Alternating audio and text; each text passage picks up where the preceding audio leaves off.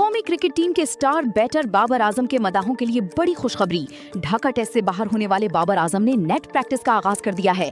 क्या वो वाकई इंजर्ड थे या उन्होंने खुद खेलने से इनकार किया? इस हवाले से टीम जराए ने अहम इंकशाफात कर दिए हैं। बाबर आजम बाएं घुटने की तकलीफ के बाद पहले टेस्ट से बाहर हुए थे, लेकिन अब वो तेजी से सेहतयाब हो रहे हैं। ताजा तरीन इत्तलात के मुताबिक बाबर ने बैटिंग कोच असद शफीक की निगरानी में भरपूर बैटिंग प्रैक्टिस की और विकेटों के दरमियान दौड़ भी लगाई। जराए का कहना है कि बाबर आजम ने खुद बाहर रहने की दरखास्त नहीं की थी, बल्कि ये टीम मैनेजमेंट का एहतियाती फैसला था। बाबर आजम इस वक्त बेहतरीन फॉर्म में हैं। हाल ही में उन्होंने PSL 11 में 588 रन बनाकर सबसे ज्यादा रन बनाने का एजाज हासिल किया है। इनकी भरपूर प्रैक्टिस को देखते हुए बांग्लादेश के खिलाफ 16 मई से सिलहिट में शुरू होने वाले दूसरे टेस्ट में इनकी शिरकत के इम्कानात रोशन हो गए हैं। बाबर आजम की वापसी से पाकिस्तानी बैटिंग लाइन को नई तकवीयत मिलेगी। क्या आपको लगता है कि दूसरे टेस्ट में बाबर आजम सेंचुरी स्कोर करेंगे? अपनी राय कमेंट्स में दें। क्रिकेट की मजीद खबरों के लिए अवामी फैसलों के साथ जुड़े रहिए।